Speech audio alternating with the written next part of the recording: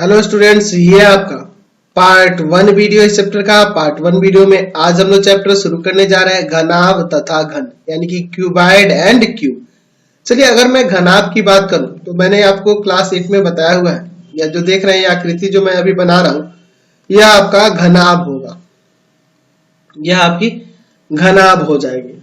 ठीक है, तो घनाभ में जब हम लोग पढ़ रहे थे क्लास 8 में, तो वहां देखे थे कि इसमें जो फेस कहलाते हैं, यानी कहने का मतलब इसके फलक जो कहलाते हैं, फलक, इसके फेसेस जो होते हैं, इसमें 6 फेसेस होते हैं। देखिए, एक ऊपर हो गया, एक नीचे हो गया, एक दाहिने, एक बाएं, और एक पीछे और एक आगे। तो फलक यानी कि इसके फेसेस कितने होते हैं? 6 होते हैं। अगर हम किनारे की बात करें, इसका किनारा यानी कि एड्स की बात करें, तो इसमें किनारा जो होता है ना, किनारा आपका 12 होता है। 1 2 3 4 5 6 7 8 9 10 11 12, टोटल किनारा कितना होता है? 12। अगर मैं इसके शीर्ष की बात करूं, वर्टेक्स की बात करूं, तो इसमें शीर्ष 8 होते हैं। देख लीजिए, 1 2 3 4 5 6 7 8। उसी तरह से अगर मैं घन की बात करूं, तो घन के अंदर भी आपके फलक 6 होते हैं, किनारे आपके 12 होते हैं, किनारा आपके 12 होते हैं, और शीर्ष जो होते हैं आपके 8 होते हैं, सेम टू सेम। बस इसमें ध्यान रखना होता है दोनों में फर्क क्या है, थोड़ा सा हम लोग यहां समझ लेते हैं। इसकी जो प्रत्येक फेस होंगे, यानी कि प्रत्येक जो इसके फलक होंगे, आपके घन के अंदर जो प्रत्येक फलक होंगे वो वर्गाकार दिखेंगे। प्रत्येक फलक कैसे होते हैं? वर्गाकार। और यही आप घनाभ के अंदर देखोगे तो प्रत्येक फलक जो दिखेगा आयताकार दिखेगा, आयताकार दिखेगा।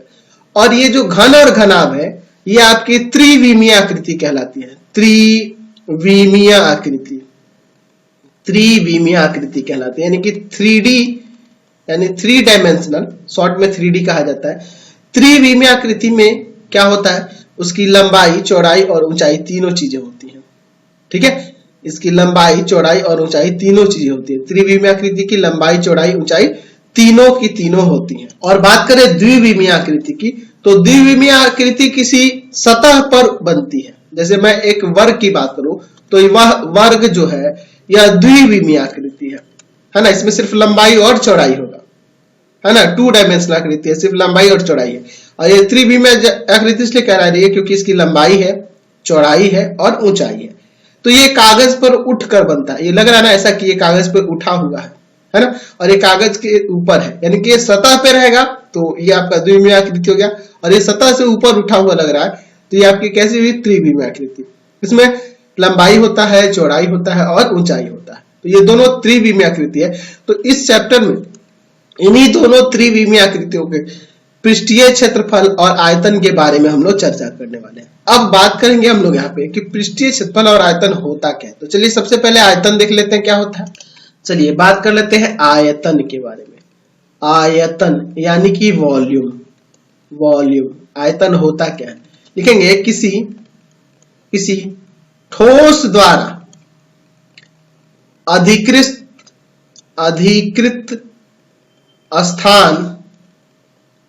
स्थान ठोस का आयतन कहलाता है। ठोस का आयतन कहलाता है, आयतन कहलाता है। जैसे अगर मैं बात करूं घनाभ की, तो घनाभ कितना जगह छेक रहा है, घनाभ कितना जगह छेक रहा है स्पेस में, है ना, वही स्थान जो होगा उसका आयतन कहलाएगा। अधिकृत स्थान यानी वो कितना स्थान छेक रहा है, वही आपका क्या कहलाता है? आयतन कहलाता है। समझ गए? कोई दिक्कत नहीं है इसमें। अब बात करते हैं इसके पृष्ठीय क्षेत्रफल के बारे में। पृष्ठीय क्षेत्रफल क्या होता है? पृष्ठीय क्षेत्रफल, ठोस का पृष्ठीय क्षेत्रफल या पृष्ठ क्षेत्रफल भी कह सकते हैं। पृष्ठ क्षेत्रफल होता क्या है, इसके बारे में बात करते हैं। Surface area, surface area, surface area, surface area, surface area क्या होता है, इसके बारे में बात करते हैं।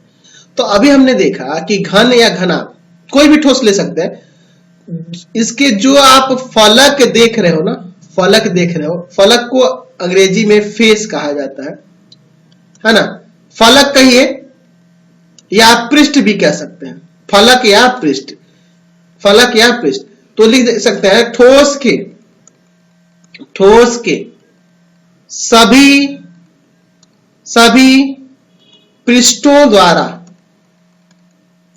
या सभी फलकों द्वारा है ना, सभी पृष्ठों या सभी फलकों द्वारा। सभी फलक कौन होंगे? यह होगा, यह होगा, यह होगा, यह होगा, यह होगा। टोटल 6 फलक है इसमें। सभी फलकों द्वारा घेरे गए क्षेत्र को या घेरने वाले क्षेत्र को, घेरे गए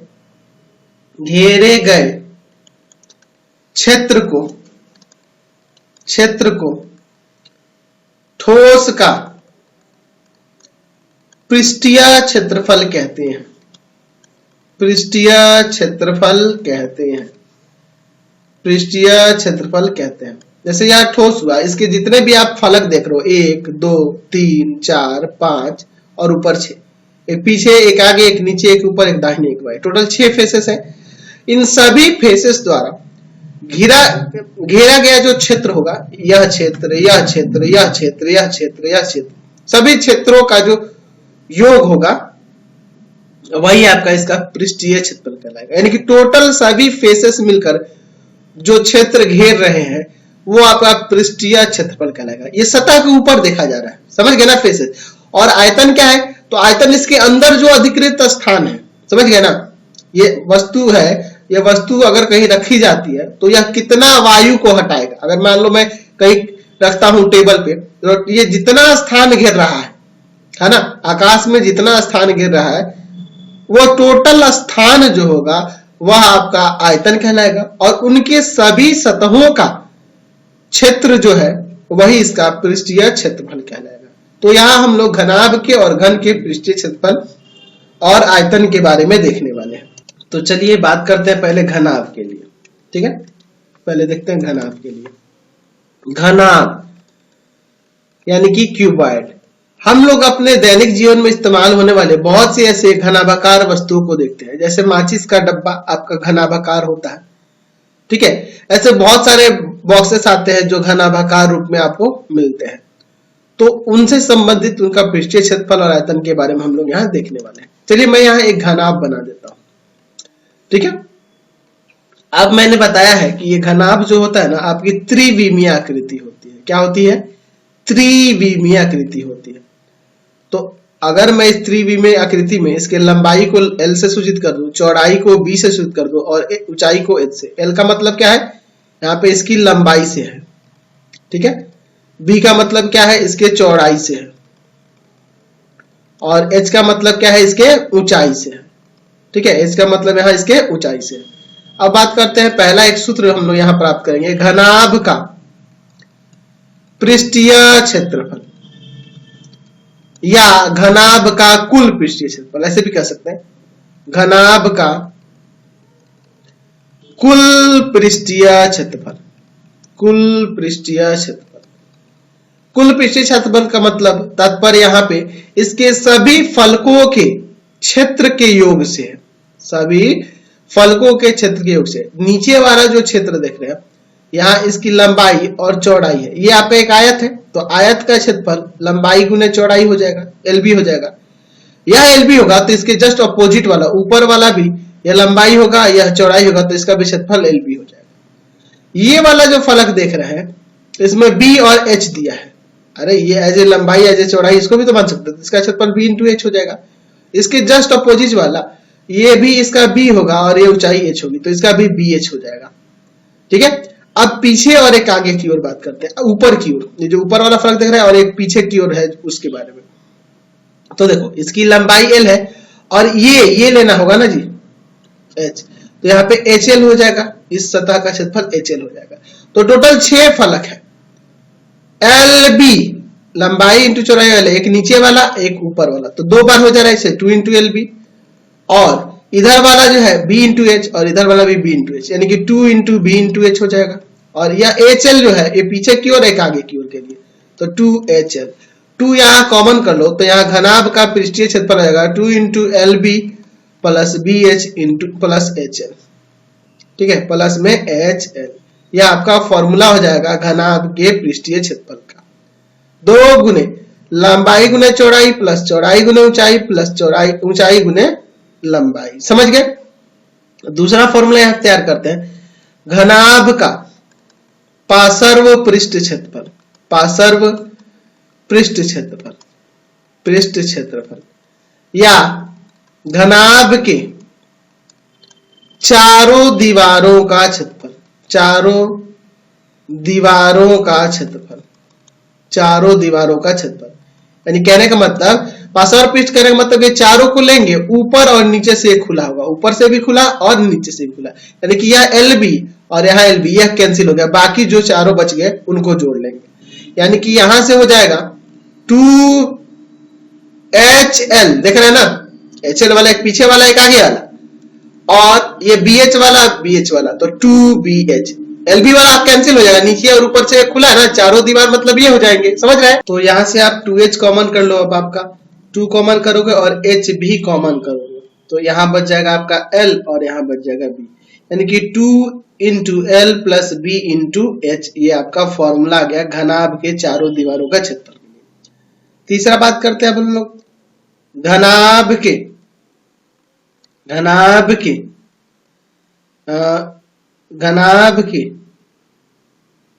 एक फलक को छोड़कर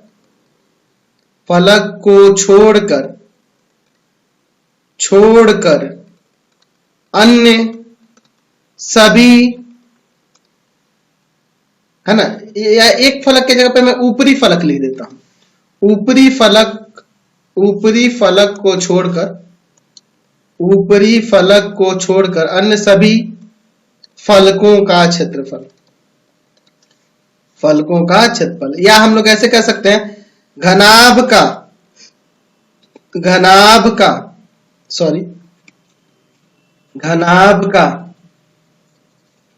कुल पृष्ठीय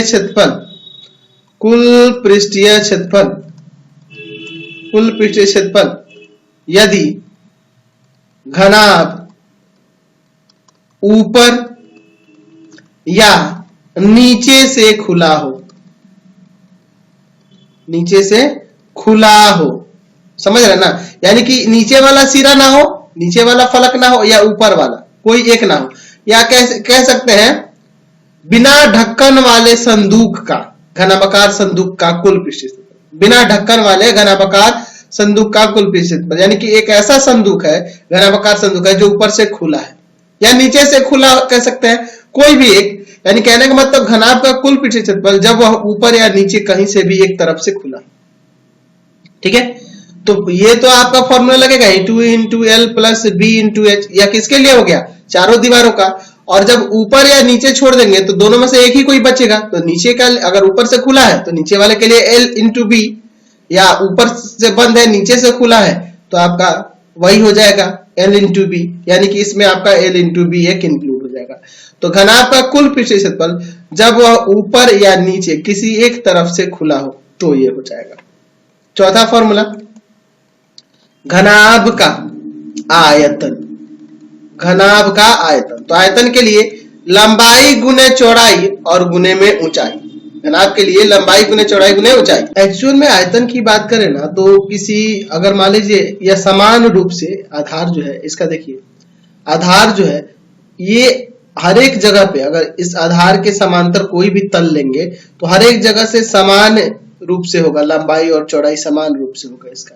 तो इस तरह के जब सतह, इस तरह के जो ठोस होंगे उनका आयतन निकालने के लिए हमें करना क्या होता है कि आधार का क्षेत्रफल यानी कि L इंटू B और गुना में उसकी ऊंचाई से कर देते हैं तो आपका आयतन निकल आता है। आधार का क्षेत्रफल और गुना जब ऊंचाई कर देते हैं तो उसका आयतन निकल जाता है। ध्यान रखना होगा कि जब इसके तल के समांतर किसी तल को लेते हैं, इसके आधार के समांतर कोई यहाँ तल लेते हैं तो हर एक कंडीशन में यहाँ लंबाई और चौड़ाई समान होनी चाहिए, तभी हम लोग उसके लिए फॉर्मूला क्या लगाएंगे, आधार का क्षेत्रफल और गुना में ऊंचाई। समझ गए? तो घनाभ के अंदर जानते हैं कि आधार का क्षेत्रफल यानी कि लंबाई गुने चौड़ाई और गुना में ऊंचाई यानी कि L into B into H हो गया घनाभ का आयतन। समझ गए? कोई दिक्कत नहीं है। चलिए अब बात करते हैं घनाभ के विकर्ण के बारे में। घनाभ का विकर्ण क्या होगा, हम इस छोर से की लंबाई ये जो है ना, यही घनाभ का विकर्ण कहलाएगा।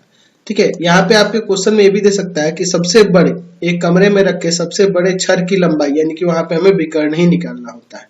ठीक है, चलिए इसको हम लोग कैसे कैलकुलेट करेंगे। सबसे पहले हमें ये निकालना होगा, यह इस नीचे आयताकार सतह का विकर्ण हो जाएगा। नीचे वाला जो सतह दिख रहा है यह कुछ इस प्रकार से होगा। तो मैं पहले ना इसका विकर्ण निकालूंगा। ठीक है, ये आयताकार जो सतह नीचे दिख रहा है उसका विकर्ण ये निकालूंगा। अगर इसका नाम मैं ए बी सी और यहाँ पे डी देता हूं तो पहले मैं ए सी निकालूंगा।